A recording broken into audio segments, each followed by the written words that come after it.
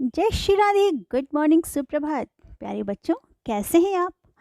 विविध ज्ञानांशु चैनल के माध्यम से आज हम अपनी ऑनलाइन भूगोल की कक्षा में करेंगे पाठ 6 का अध्ययन। पाठ का शीर्षक है भारत, यातायात, व्यापार एवं संचार। प्यारे बच्चों, जैसा कि नाम से ही स्पष्ट है, इस लेसन में यातायात, व्यापार और संचार के बारे में बताया है।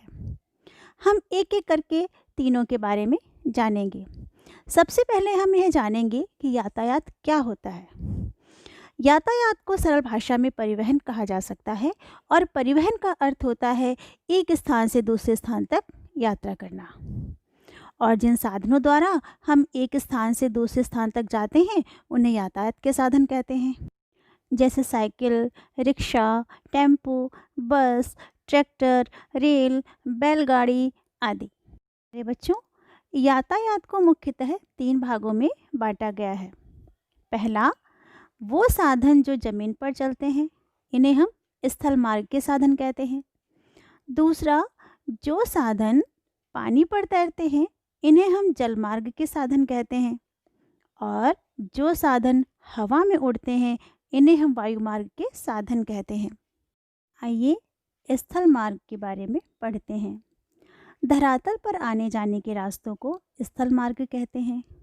स्थल मार्ग में सड़क और रेल मार्ग दोनों सम्मिलित हैं। नागरिकों की सुविधा के लिए सरकार द्वारा सड़कों के विकास पर जोर दिया गया है। इसके लिए सड़क को कई वर्गों में बांटा गया है, जैसे राष्ट्रीय राजमार्ग, जिसे कि हम इंग्लिश में एक्सप्रेसवे कहते हैं, राज्य राजमार्ग, प्रमुख जिला सड़कें, अन्य जिला सड़कें और ग्रामीण सड़कें। प्यारे बच्चों, धरातलीय बनावट के कारण भारत में सभी भागों में सड़कों का विकास समान रूप से नहीं हुआ है। जैसे उत्तर के मैदानी भागों और दक्षिणी भागों में सड़कों का विकास अधिक हुआ है, जबकि राजस्थान, असम और जम्मू कश्मीर के राज्यों में सड़कों का विकास कम हुआ है। बच्चों, आपने जीटी रोड का नाम सुना होगा। जीटी रोड, जिसका कि फुल फॉर्म है ग्रैंड ट्रंक रोड, इसे ये नाम ब्रिटिश काल में दिया गया था। जीटी रोड का पुराना नाम शेरशाह सूरी मार्ग है, जिसे कि शेरशाह सूरी ने कोलकाता से पेशावर तक शाही राजमार्ग के रूप में निर्माण करवाया था। भारत के प्रमुख राष्ट्रीय राजमार्ग NH1, जो कि दिल्ली से अमृतसर तक है, NH2, जो कि दिल्ली से कोलकाता तक है, और NH7, जो कि वाराणसी से कन्याकुमारी तक है। NH7 राष्ट्रीय राजमार्ग यानी कि नेशनल हाईवेज भारत का सबसे लंबा राष्ट्रीय राजमार्ग है। इस समय हमारे देश भारत में 52,32,000 किलोमीटर लंबी सड़कें हैं। राष्ट्रीय राजमार्ग की कुल लंबाई लगभग 1,04,75 किलोमीटर है, जो कि कुल लंबाई का 2% है, फिर भी कुल यातायात का 40% भार वहन करता है। हमारे देश के 4 महानगरों दिल्ली, मुंबई, कोलकाता, चेन्नई को जोड़ते हुए लगभग 5,846 किलोमीटर लंबा सड़क मार्ग बनाया जा रहा है, जिसे कि स्वर्णिम चतुर्भुज महामार्ग का नाम दिया है। उत्तर दक्षिण गलियारा जम्मू और कश्मीर के श्रीनगर से तमिलनाडु के कन्याकुमारी तक 4,016 किलोमीटर तक का लंबा सड़क मार्ग है। पूर्व पश्चिम गलियारा असम के सिलचर से गुजरात के पोरबंदर तक 3,640 किलोमीटर तक लंबा सड़क मार्ग बनाया जा रहा है। आइए अब हम पढ़ते हैं रेल मार्ग के बारे में, जो कि स्थल मार्ग का ही एक साधन है। भारत में रेल मार्ग वस्तुओं और यात्रियों के परिवहन का मुख्य साधन है। भारतीय रेल मार्ग का विश्व में दूसरा स्थान है। रेलों के विकास से कम समय में अधिक यात्रियों का आना जाना और माल ढुलाई संभव हो गया है। डीजल और बिजली के इंजनों के प्रयोग से रेलगाड़ियों की गति तेज हो गई है और भारत में तेज गति से चलने वाली कई सारी गाड़ियां हैं। इनमें शताब्दी एक्सप्रेस, राजधानी एक्सप्रेस, दुरंतो एक्सप्रेस, गरीब रथ, ये सब प्रमुख हैं। प्यारे बच्चों, क्या आप जानते हैं भारत में पहली रेलगाड़ी सन 1853 में मुंबई से ठाणे तक 34 किलोमीटर लंबे मार्ग पर चलाई गई थी।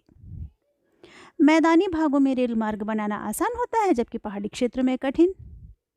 पहाड़ी क्षेत्र में तेज ढाल व तीखे मोड़ होते हैं, जो रेल मार्ग बनाने में समस्या उत्पन्न करते हैं। यहाँ पर सुरंगें बनाकर रेल मार्ग बनाने पड़ते हैं, जिसमें अधिक धन खर्च होता है। भारत के दक्षिणी भाग के पठारी होने के कारण यहाँ के रेल मार्ग टेढ़े मेढ़े हैं। भारत में पश्चिमी तट पर मोर घाट, पाल घाट और थाल घाट आदि दर्रों के सहारे रेल मार्ग बनाए गए हैं। बच्चों, आपने मेट्रो का नाम तो सुना होगा। कलकत्ता, दिल्ली, बेंगलुरु और मुंबई महानगरों में यातायात की सुविधा के लिए जमीन के अंदर भी रेल मार्ग बनाए गए हैं। इनको के मेट्रो रेल मार्ग कहा जाता है। बच्चों, क्या आप जानते हैं भारत की बड़ी नवीनतम रेल मार्ग परियोजना कोंकण रेलवे है। यह महाराष्ट्र के रोहा नामक स्थान से गोवा होते हुए कर्नाटक के मैंगलोर स्थान तक जाता है। इसका मुख्यालय पणजी में है। ये 760 किलोमीटर लंबा रेल मार्ग 26 जनवरी 1995 से प्रारंभ हुआ। स्थल मार्ग में सड़क यातायात का विशेष महत्व है, क्योंकि इससे घर के दरवाजे तक सामान पहुंचाया जा सकता है। रेल मार्गों की अपेक्षा सड़कों का निर्माण सस्ता भी है। पहाड़ी क्षेत्रों में रेल मार्ग की तुलना में सड़क बनाना आसान होता है। आइए जानें कि जलमार्ग क्या होता है। जल के रास्तों से किए गए यातायात को जलमार्गीय यातायात कहते हैं। नाव, स्टीमर, पानी का जहाज जहाँ चलते हैं उसे जलमार्ग कहा जाता है। जलमार्ग यातायात का सबसे सस्ता साधन है। इसे दो भागों में बांटा जाता है, एक आंतरिक जलमार्ग और दूसरा समुद्री जलमार्ग। नदियों व नहरों में नाव व स्टीमर द्वारा यात्रा करने और माल आने जाने को आंतरिक जलमार्ग परिवहन कहते हैं। रेल मार्गों के निर्माण से पहले यातायात का मुख्य मार्ग जलमार्ग ही था। बच्चों, जिस प्रकार प्रमुख सड़क राजमार्ग है, उसी प्रकार भारत में प्रमुख राष्ट्रीय जलमार्ग भी हैं। गंगा नदी पर प्रयागराज व हल्दिया के बीच 1620 किलोमीटर लंबा मार्ग। दूसरा है ब्रह्मपुत्र नदी पर सदिया से घुबरी के बीच 891 किलोमीटर का जो लंबा मार्ग है, वो भी राष्ट्रीय जलमार्ग है। केरल में चंपाकारा तथा उद्योग मंडल नहरों सहित पश्चिमी तट के कोल्लम कोट्टापुरम खंड, जो कि 204 किलोमीटर का लंबा मार्ग है, वो भी राष्ट्रीय जलमार्ग है। इसके अलावा काकीनाडा पुदुचेरी नहर स्ट्रेच के साथ गोदावरी कृष्णा नदी का विशेष विस्तार, जो कि 1095 किलोमीटर का है, वो भी राष्ट्रीय जलमार्ग है। पूर्वी तटीय नहर ब्राह्मणी महानदी, जो कि 623 किलोमीटर का है, वो भी राष्ट्रीय जलमार्ग है। भारत में आंतरिक जलमार्गों की कुल लंबाई लगभग 14,500 किलोमीटर है, परंतु इसका एक छोटा भाग ही व्यापार के लिए प्रयोग किया जाता है। समुद्री जलमार्ग समुद्र के रास्ते से यात्रा करने व माल आने जाने को समुद्री जलमार्ग परिवहन कहते हैं। इस यातायात के साधन का प्रयोग दूसरे देशों में जाने व माल लाने ले जाने के लिए किया जाता है। प्यारे बच्चों, हमारे देश का लगभग 95% विदेशी व्यापार समुद्री मार्ग से ही होता है। समुद्री किनारे बड़े बड़े पत्तन, जिसे कि बंदरगाह कहते हैं, से बड़े बड़े समुद्री जहाज़ों द्वारा विभिन्न देशों की यात्राएं की जाती हैं। प्यारे बच्चों, समुद्र तट का वह स्थान जहां पर पानी के जहाज आकर खड़े होते हैं और यात्री व माल को उतारते और चढ़ाते हैं, पत्तन कहलाते हैं। पत्तन को बंदरगाह भी कहते हैं और इंग्लिश में इनको सी पोर्ट भी कहा जाता है। भारत की लगभग 7,516 किलोमीटर लंबी तट रेखा पर 12 प्रमुख पत्तन है और छोटे छोटे 20 अन्य पत्तन भी है। मुंबई, कोलकाता, हल्दिया, पारादीप, कांदला, कोच्चि, विशाखापट्टनम, चेन्नई और एन्नूर भारत के मुख्य और बड़े बंदरगाह हैं। आइए अब हम जानते हैं वायु मार्ग के बारे में। हवाई जहाज़ एवं हेलीकॉप्टर आसमान में जिस रास्ते पर उड़ते हैं उसे वायु मार्ग कहते हैं। वायु मार्ग यातायात का सबसे तेज गति का साधन है, लेकिन ये बहुत ज़्यादा महंगा पड़ता है। वह स्थान जहां हवाई जहाज़ या हेलीकॉप्टर उतरते हैं या उड़ान भरते हैं हवाई अड्डे कहलाते हैं और इंग्लिश में एयरपोर्ट कहा जाता है। प्यारे बच्चों, क्या आप जानते हैं भारत में हवाई जहाज़ की प्रथम उड़ान सन 1911 में इलाहाबाद से नैनी के मध्य हुई थी। भारत में एयर इंडिया के अतिरिक्त बहुत सारी निजी कंपनियां भी विमान सेवाएं दे रही हैं, जैसे SpiceJet, Go Air, IndiGo, Jet Airways, Sahara, Kingfisher आदि। भारत में कई घरेलू और अंतर्राष्ट्रीय हवाई अड्डे हैं। अंतर्राष्ट्रीय हवाई अड्डे वो स्थान होते हैं जहां से हवाई जहाज विदेशों के लिए उड़ते हैं, तथा घरेलू हवाई अड्डे या डोमेस्टिक एयरपोर्ट वो होते हैं जहां देश के अंदर ही हवाई यात्रा की जाती है। भारत के प्रमुख अंतर्राष्ट्रीय हवाई अड्डे नई दिल्ली, मुंबई, कोलकाता, चेन्नई, लखनऊ, वाराणसी, बेंगलुरु आदि हैं। बच्चों, आप मुझे बताएंगे कि हवाई जहाज़ द्वारा दिल्ली से कोलकाता जाने पर बीच में कौन-कौन से हवाई अड्डे पड़ेंगे? और दूसरा, भारत के प्रमुख अंतर्राष्ट्रीय हवाई अड्डों की सूची आप अपने अभ्यास पुस्तिका पर बनाकर मुझे दिखाएंगे। ये दोनों कार्य आपके लिए मेरी तरफ से होमवर्क है। सड़क, रेलगाड़ी, पानी का जहाज, हवाई जहाज आदि यातायात के साधनों ने विभिन्न गांवों, शहरों, खनिज स्थलों, उद्योग धंधों, कल कारखानों आदि को एक सूत्र में पिरोया है। इसने भारत के व्यापार को विकास के रास्ते पर आगे बढ़ाया है। प्यारे बच्चों, अभी तक हमने पढ़ा था यातायात और यातायात के साधन के बारे में। अब हम व्यापार के बारे में पढ़ेंगे। जब हम बाजार जाते हैं और दुकानदार से अपनी आवश्यकता की चीज़ मांगते हैं, तो दुकानदार उस वस्तु के खरीद मूल्य यानी कि क्रय मूल्य पर कुछ लाभ जोड़कर हमसे पैसे लेता है और हमें वह वस्तु बेच देता है। इस लेन देन की प्रक्रिया को व्यापार कहते हैं।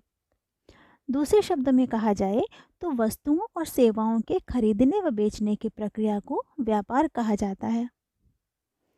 इसी प्रकार जब हमारा देश अपनी आवश्यकता की कोई वस्तु किसी दूसरे देश से खरीदता है तो उसे आयात यानी कि इम्पोर्ट कहते हैं, और अपने देश में आवश्यकता से अधिक पैदा हुई या बनी हुई वस्तु को जब किसी दूसरे देश को बेचता है तो उसे निर्यात यानी कि एक्सपोर्ट कहा जाता है। आयात और निर्यात व्यापार के दो प्रमुख अंग हैं। व्यापार दो प्रकार का होता है, एक देशी व्यापार और दूसरा विदेशी व्यापार। देशी व्यापार का अर्थ होता है कि देश की सीमा के भीतर आवश्यकता अनुसार वस्तुओं की खरीद बेच करना। किसी भी राज्य को जिस वस्तु की आवश्यकता होती है वह उसे अन्य राज्य से खरीदता है। जो राज्य जिस वस्तु का या अपनी आवश्यकता से अधिक उत्पादन करते हैं वह उसे दूसरे राज्यों को बेचते हैं। पंजाब उत्तर प्रदेश से गेहूँ, पश्चिम बंगाल उड़ीसा से चावल, कर्नाटक केरल से मसाले, महाराष्ट्र गुजरात से नमक, सूती वस्त्र व कपड़े, आसाम से चाय, जम्मू कश्मीर से फल आदि दूसरे राज्यों को बेचा जाता है। देश के भीतर विभिन्न राज्यों द्वारा एक दूसरे से सामान खरीदना या बेचना भी आयात निर्यात की श्रेणी में आता है। दो देशों के बीच जो व्यापार होता है उसे हम अंतर्राष्ट्रीय व्यापार कहते हैं। भारत की विदेशी व्यापार नीति द्वारा व्यापार को प्रशासनिक नियंत्रण से अधिकांशतया मुक्त रखते हुए बहुत कम प्रतिबंध लगाए गए हैं। ऐसा इसलिए किया गया है कि हमारे निर्यात यानी कि विशेषकर कृषि क्षेत्र और सेवा क्षेत्र को बढ़ावा मिलेगा और आत्मनिर्भर अर्थव्यवस्था का विकास होगा। भारत के विदेशी व्यापार का लगभग 98% जलमार्ग द्वारा तथा शेष 2% स्थल मार्ग व वायु मार्ग द्वारा होता है। सभी देश अंतर्राष्ट्रीय व्यापार पर निर्भर हैं क्योंकि एक देश में सभी प्रकार की वस्तुएं आवश्यकता के अनुरूप नहीं मिल सकती हैं। इसी कारण अपनी आवश्यकता के अनुसार सभी देशों को आयात निर्यात करना पड़ता है। भारत का विश्व के अधिकांश देशों के साथ व्यापारिक संबंध है। अंतर्राष्ट्रीय व्यापार में पिछले 15 वर्षों में भारी बदलाव आए हैं। वस्तुओं के आदान प्रदान की अपेक्षा सूचनाओं, ज्ञान तथा प्रौद्योगिकी यानी कि टेक्नोलॉजी का आदान प्रदान बढ़ा है।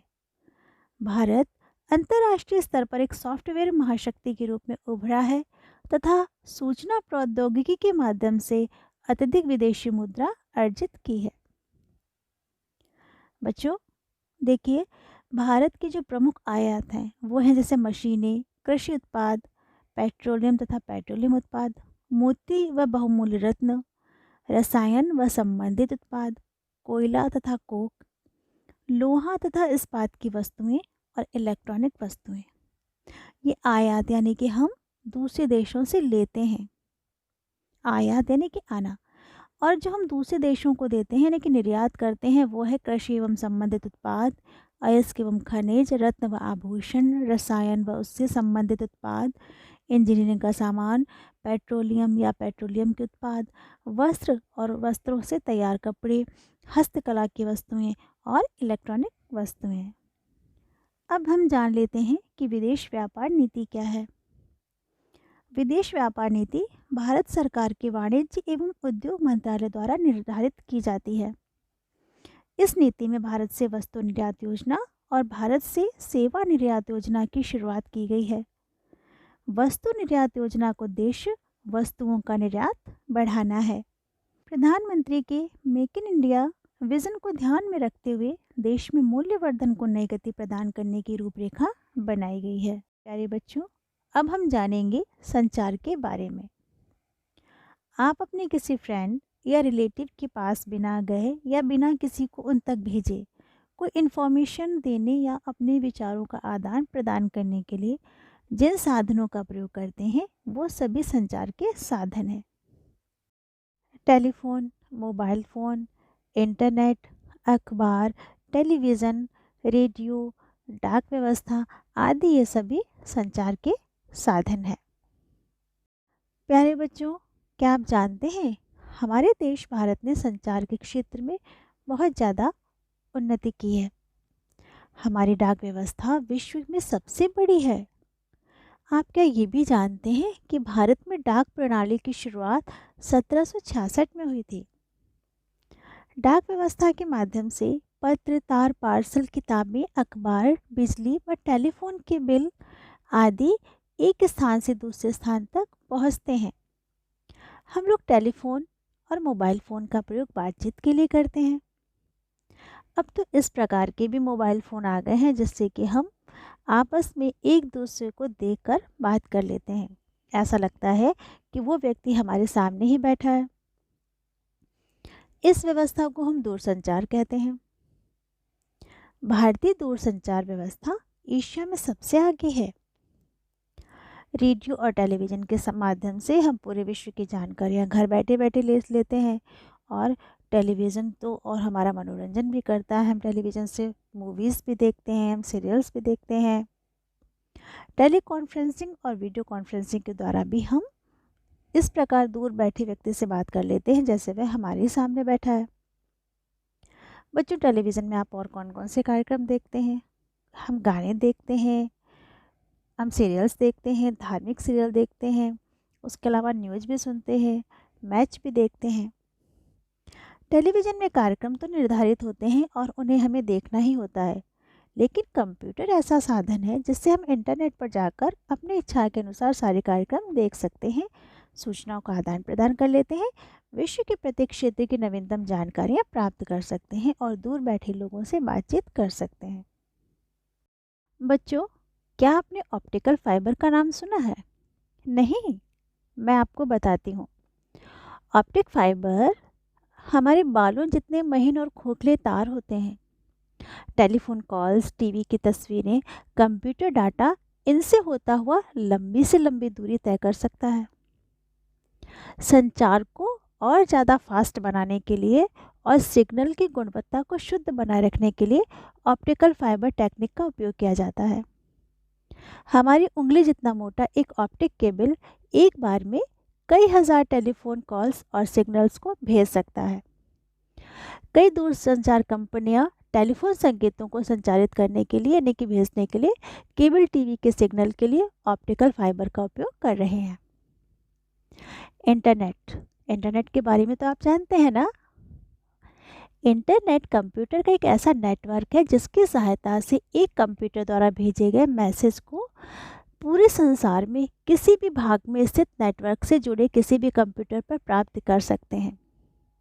इंटरनेट की सहायता से मैसेजेस को और अपने सूचनाओं को दूर दूर तक भेजा जा सकता है। संचार उपग्रह या कम्युनिकेशन सैटेलाइट के माध्यम से हम किसी भी उत्सव का, किसी भी समारोह का, क्रिकेट मैच का सीधा प्रसारण यानी कि लाइव टेलीकास्ट देख सकते हैं। कम्युनिकेशन सैटेलाइट, दूरस्थ शिक्षा, ग्राम विकास, महिला एवं शिशु कल्याण, पंचायती राज, व्यावसायिक प्रशिक्षण, जनसंख्या नियंत्रण आदि कार्यक्रमों को अच्छे ढंग से जन जन तक पहुंचा रहे हैं। भारत की इनसेट श्रृंखला के उपग्रह संचार कार्यक्रम में सहयोग दे रहे हैं। आप ये भी जानिए कि विश्व व्यापार संगठन यानी कि वर्ल्ड ट्रेड ऑर्गेनाइजेशन व्यापारिक मामलों की एक विश्व स्तरीय संस्था है जिसकी भारत सहित अनेक देश सदस्य हैं। बच्चों, क्या आप जानते हैं कि जो हम लोग इंटरनेट पर प्रयोग करते हैं www, इसका फुल फॉर्म क्या है? इसका फुल फॉर्म है वर्ल्ड वाइड वेब। इस प्रकार बच्चों, हमारा यह चैप्टर जिसमें कि हमने यातायात के बारे में पढ़ा, हमने व्यापार के बारे में पढ़ा और हमने संचार माध्यम के बारे में पढ़ा, कंप्लीट हुआ। हम आपसे मिलेंगे नेक्स्ट वीडियो में इसी चैप्टर के क्वेश्चंस आंसर के साथ। तब तक अपना ख्याल रखिए, पढ़ाई करते रहिए। जय जय श्री राधे, बाय बाय।